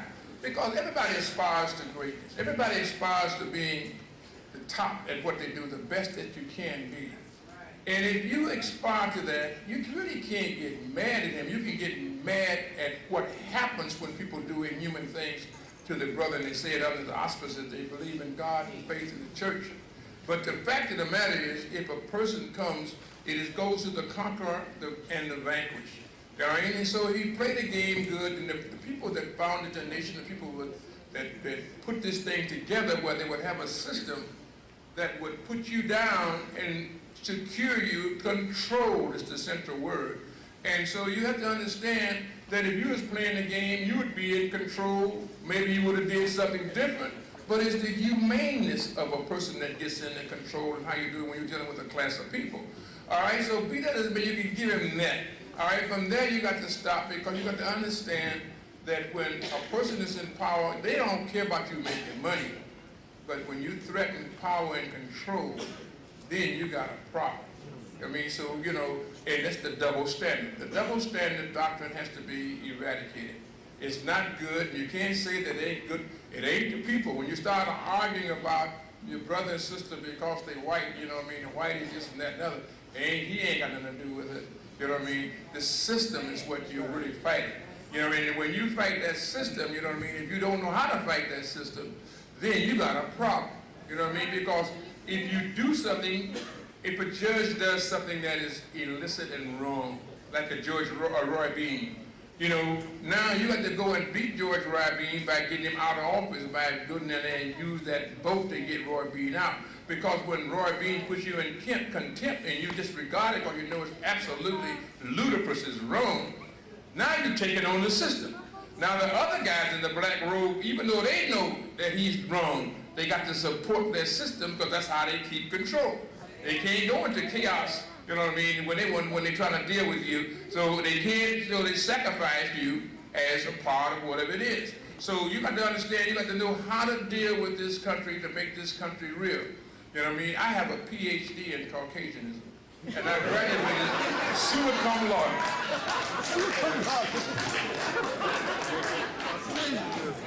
For me to stand here tonight and to be able to talk to you, just yesterday, I was blessed with putting me a street on the boardwalk in Atlantic City.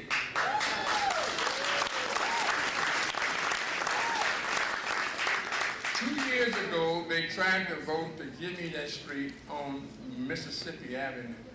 And they were shot down by some of the interests there.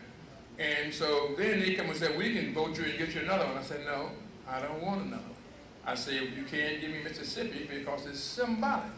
I say, for me to get on Mississippi Avenue, if you take Mississippi down and put down King Plaza, that has significance to it, but that shows how far you've come. You don't have to, Ray Charles can see it. You know what I mean? You know, so it's a difference. So anyway, 2 years later, they came back and they voted unanimously, and the person that was against was on board. So now on Mississippi Avenue is Don King Plaza. You can't go to Trump Plaza, you can't go to, and he's a hotel. You can't go to the convention hall, you got to go down my street. You know what I mean? And ironically enough, they won't let me promote and earn a living in Atlantic City after I established it in the 1980s and the 90s. to build it into the resort thing that it is, they banned me. Why did they ban me? They banned me because I refused to testify against another black man. You know what I mean? So now they already put him in jail. He already, since he's been humiliated, embarrassed, his family, you know what I mean? And they've accused him of everything but a child of God. You know, now they call me just to pour more gasoline because two of the promoters that were white that turned state's evidence on him, they got licensed and they done been convicted, tried, and fined. You know what I mean? They accused me, so they said I was what you call an unindicted conspirator. I don't know what that is, you know what I mean? So that's what it is when you are accused, you know what I mean? And because if they got you, they got you. If the evidence is there, they're going to use it. And if they don't have it, and they can't make it, and you know, I'm going to stand up straight and fight, I don't know nothing else to do. So they didn't indict me, so I didn't go to the trial. So now then they want me to go and testify to just pour more water onto something that I know nothing about. He did nothing wrong with me. I don't know what he did with them. You know what I mean? He did nothing wrong with me. You know what I mean? But the idea of it is, because I didn't do that, they said I gave them back their license. I said, here, take your license. If that's what you want, take them. They put a spit on it to say that they banned me because I had applied 3 times, and each time I wouldn't answer the question. Well, if I applied for the 4th time, I still won't answer questions in regards to this man that I don't know nothing about. So it was a book that I read, and it would say, in the South, they say, kill the nigga, dig him up, and kill him again. And this is what they was trying to do to kill a man already serving time. What more, what do you need to say? You know, what do you need to do? You know, so I wasn't going to be a part of that. And then I happen to come from the street too. So I understand the code of ethics in the street if you really a player. You know what I mean? If you play it, you don't really go out there and tell it on your brother. You know what I mean? You don't be a competitor and a cooperative conspirator. And then when they nail you, you got to, oh, it was him. You know what I mean? You don't do it. You can't check it out yourself, leave it alone. You know what I mean? That's what's wrong now. Everybody's telling on everybody. You know what I mean? And so then it's the thing, only way I want to be framed is by Picasso, or what is that other one that, Michelangelo, you know what I mean? You know what I mean? I don't want to be framed by, you know, people putting things out that ain't true and they put me in there. So I'm just an open book because this is the greatest nation in the world. You know what I mean? This is the greatest country in the world. So now we're in the government now, and I'm going to make certain that these people get a chance because I understand that when you fill out, if you don't get passed by the GSA, I think it is, I don't matter what you do and how qualified you are, you ain't gonna be licensed to do no work. You know what I mean? Now they have 3 or 4 programs that they have where you can have white construction bosses can give you in, you can be a part. They can have a matching thing where they make a marriage between you and the other, and you get a chance to do that. You got to be able, all of them you got to be licensed. And that little license that costs $2 or $3 or $7 or $10, whatever it is, without it you can't do nothing, i.e. that's why I can't promote in Atlantic City. But we got a new regime there now, Governor Corzone and a new Secretary of State, Attorney General, whatever they call him. And I think you got a shot at it. But it doesn't, you know, it's just making America work to be tenacious, steadfast, and, you know, do your due diligence and play it according to the rules. It's very difficult, you know what I mean, when you're cold and you send them out and don't give them no raiment to put on them, as God would say. And then if you're hungry and you don't feed them, prayer without good works is a dead thing.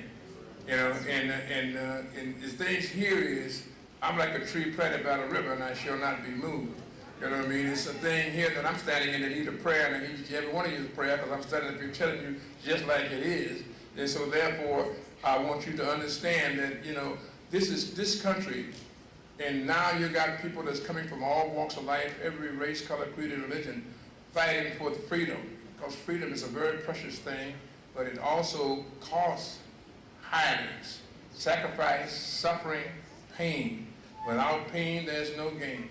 You know what I mean? So you got to be able to, if you want to take it in teaspoons, or you get it in a Mack truck, but it's going to be there. You ain't going to escape. You're getting short-term pain for long-term gain. It's better to do it and fight for each other and fight for your white brother and sister, because we're all God's children. And if we all fight together, we can overcome. So I'm very happy that I get an opportunity to be able to speak to you and to see that Omar, who is doing a fantastic job, he's growing with leaps and bounds. He's bringing people in, new people in. Now he must meticulously and conscientiously make certain that he get each one registered, so that if something should come, that he could be able to implement this employment, to be a part of this great building of this great nation. Because it'd be a heart-rendering, heart-breaking experience to get all of these contractors there and all of these government contracts that will be issued out. And then when you come, by law, they say, we can't give it to you. It ain't that our heart ain't touched. You know, we really feel for you. We want to help you. You know what I mean? But you're not qualified. What do you mean I'm not qualified? Well, I can build this here. I can do my rector. I can put that. That ain't if you don't have a license. You know what I mean? So, you know, all of these different things that has to be done, I'm urging and telling you and Omar, get them done. And let's go to them now while we have on the plate, through God's grace, a natural tragedy that took place and hurt us in our country down in New Orleans, but it also exposed Louisiana, and it also exposed that the population there, being a black population that were living in squalor and blight and poverty, that you wouldn't know that it would exist in a country that is with posh elegance and luxurious, the most wealthiest and powerfulest nation in the world, that we would have pockets of a third world country within our confines. It's unbelievable. And so now they're jumping on everyone because each one is pointing the finger at the other because of the services, the goods and services that you pay taxes for that wasn't, in their estimation, set down and take care of those people that were afflicted by this horrible natural tragedy. You know what I mean? So even though it's a suffering, it's an exposure that where people can see what the need is in other people. And when you see people that are hurting, whites hurt just like blacks. You know what I mean? Nobody gets an exemption. You know what I mean? In persecution, toil, anger, that nobody is exempted. So now when you find a tragedy, we find ourselves, because in proportion you may have more, but the same one is, if it ain't but one, that one suffers as much as anybody else could suffer. One drop of the ocean has all the embodiments of the whole ocean. You know what I mean? So this is what we must understand, that we got to work together to try to change all of this, because today is us, tomorrow is them. That's what poor can do, because the elite, it's never going to bother them because they're in control. You know, so being one of the masses and not the classes, I'd like to take the theme of Rudyard Kipling, to walk with kings, but yet keep the common touch. The people are the most important. And that's why it makes this country so great if you just think about it. This country was here before the States was here. America, from the Continental Congress in 1775, it was there. So no states could claim the country as a sovereignty, you know, and nobody else could do it. The power rests and resides in the people. The people are the sovereignty of this great nation, and we are governed by the consent of the people. You know what I mean? So we elect the officials, and that's why it was so difficult for us in voting and blocking us to vote and intimidating and fear to keep us from the polls, because they didn't want us to have the power of that franchise to vote. And that vote is so vitally important. Never go to sleep on it.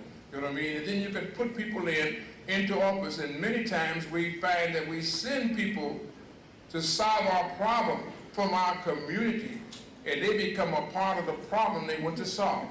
You know what I mean? You got to be able to be ever vigilant and work on it. So if we do that, then this group here that he has worked so diligently, so dedicatedly, so committedly, will be able to rise up and deal with the complexities at hand, to raise money, to build buildings, to get paid for your services, to be able to take care of your family, to send your kids to school, and to be able to educate them so that they can learn to earn. Frederick Douglass.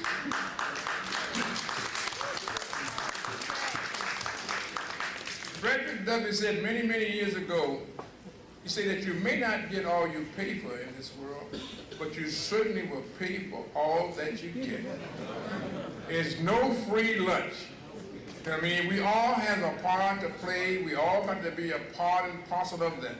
And so in Revelation chapter 16, he says, behold, I make all things new. Other things are passed away. So if this is the new America, let us join hands together and let's sing that song that Martin Luther King said, we will overcome. Martin Luther King took us up to the top of the mountain. He said, he looked over and he saw the promised land. I want to take you to the bank. You know, you've got to get the money. I'm going to close, but I want to tell you something. In the Bible, in chapter 22 in Ecclesiastes, I think it's somewhere from verse 10 to 19, he said, you drink wine to be merry.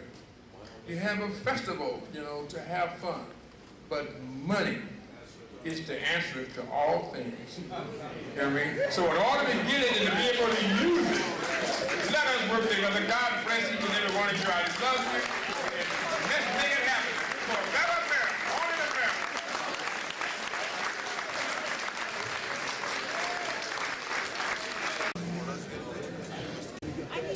Okay, we do understand that it's getting late. We're gonna get them, come on. Hang in there. In the community to fight for African American contractors, businessmen and women throughout the city of Chicago and the county of Cook. And I'd really like to give this award to Barbara McGowan, the commissioner of the Water Reclamation. So give it up for Barbara McGowan for fighting for contractors. Barbara McGowan. Okay, Barbara has been very hard working with the contracting community. I don't know, is Barbara here? Yes. Okay, we'll move right on.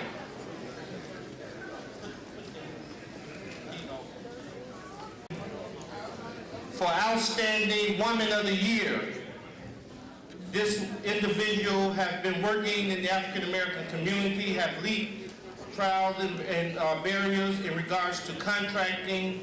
She doing a major job with the Illinois Institute of Technology as well as Walmart. Give it up for Margaret Gardner, Businesswoman of the Year. She's really making a dent in the community. Give it up for Barbara. Give it up for Barbara.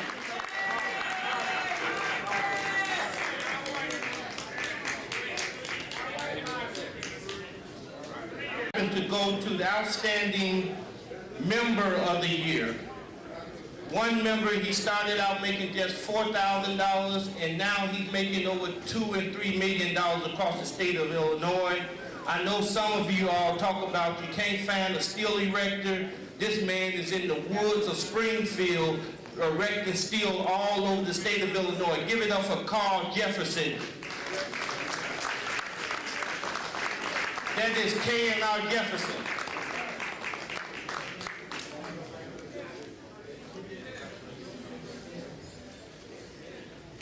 Here is for building bridges of opportunity.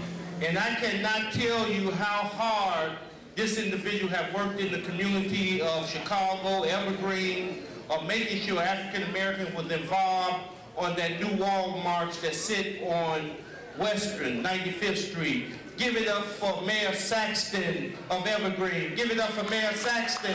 Give it up.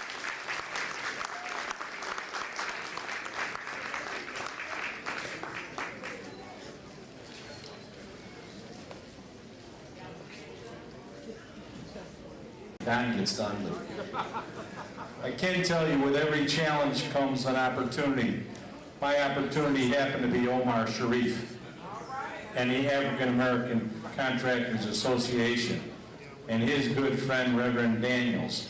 We met about 8 months ago, Omar, and worked on a Walmart project out on 95th and Western Avenue on the Chicago border.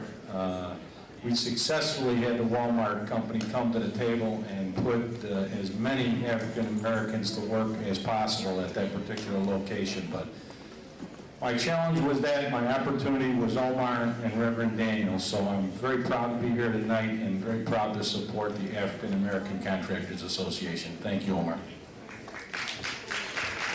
Let me try this one more time with the commissioner. I'm telling you, give it up for Barbara McGowan for fighting for African Americans at the water reclamation. I'm talking about she don't just talk about it, she knocked their teeth out when they don't represent African Americans. Give it up for Barbara. Give it up for Barbara.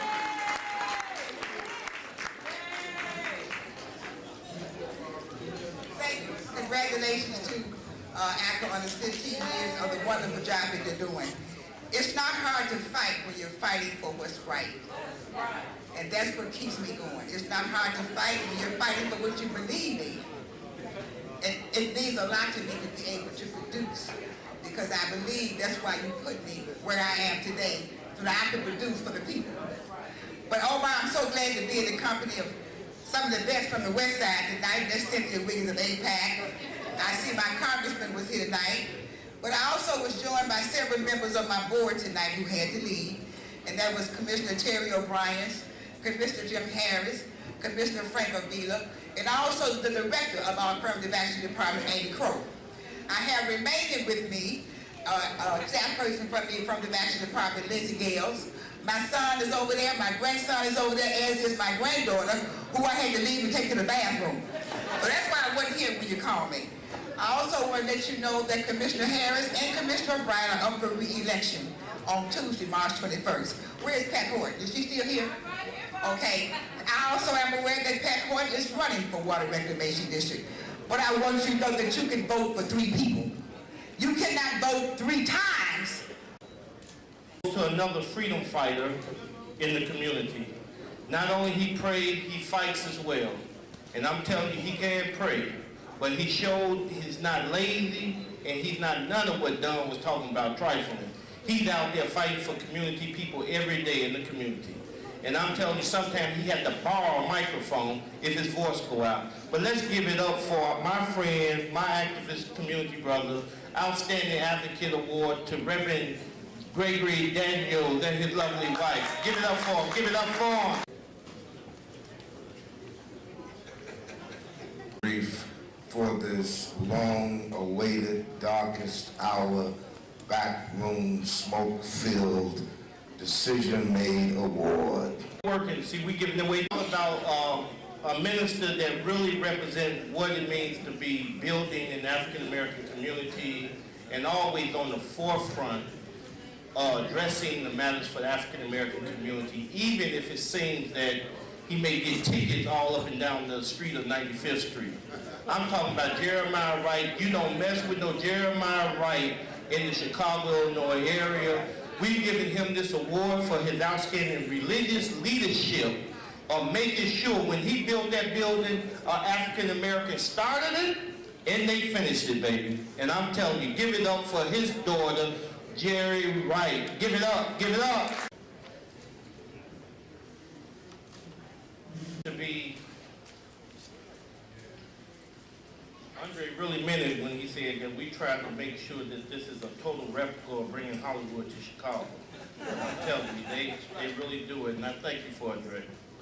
A Trailblazer Award for Public Redevelopment, Terry Peters, which happened to be the CEO of the Public Housing Authority, Chicago Housing Authority, and that person that's picking up that award is his assistant, Dwayne Bailey. Thank you for this award. In recognizing the CHA, you've recognized an agency that has spent hundreds.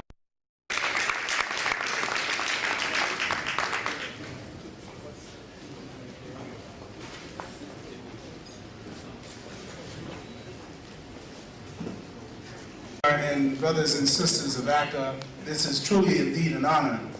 The Black Contractors Association 25 years ago had the vision and the foresight to demand equal opportunity in contracting and employment. And one of the visions that we established was that we recognized if we were going to return to our ancient and historical greatness as great builders of civilization, we had to have tools to train our youth.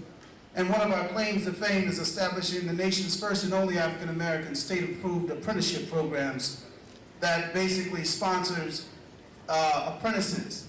This is independent of any union organizations, and it basically brings back that relationship that we fostered with unions, as well as open shop.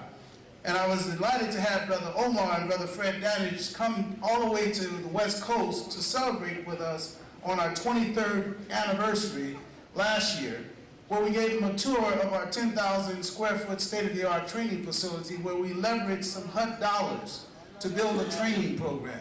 We're in partnership with Jim Brown's American program to give our youth a checkup from the neck up. And I applaud you and follow the message that the strength of the wolf is in the pack. Stay united.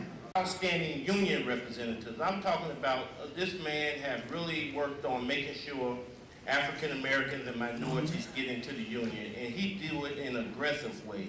He reaches out and calls you and find out what happened to the young man or woman that may not have called him up about getting registered with his union. That happened to be Antonio Castro of the Labor Union. Give it up for Antonio Castro.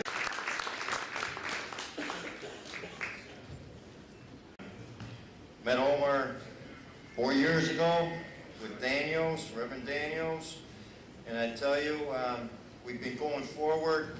A lot of opportunities we have given to people in the community, not only with wages, but with insurance and pensions, and moving stronger, opening up more doors for them and getting certified in every category from blueprint reading to pipe laying.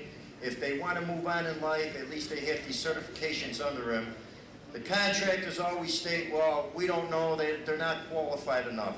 Well, when they ran into me, they found out one thing. They're not qualified, then we'll put them in the apprentice program and you're sponsoring for 2 years. And they just didn't know what to say. Now they come to Local 1 with a letter stating they are going to sponsor them, even put them on, I have it in writing. If they renege on it, then I take actions towards them. So now they understand that when we mean business, I have a great organization behind me over here. We're going to go strong forward for many more years, and God bless everybody. This award goes to outstanding representative in our community, which have demonstrated what it means to have sound leadership and vision. And that happened to be Jesse Jackson Jr., the congressman of the 2nd Congressional District. So let's give it up for Congressman Jesse Jackson Jr., which is going to accept the award is Howard Porter. Come right up, Howard.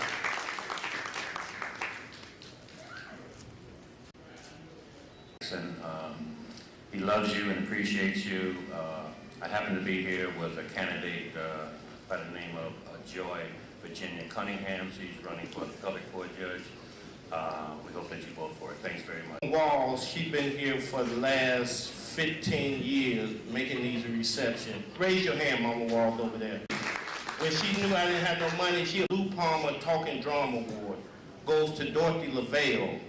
I don't know if she's here for, oh, you read, what's your name? Washington, D.C. She's the secretary of the National Black Publisher, and she's going to do a full spread of this event.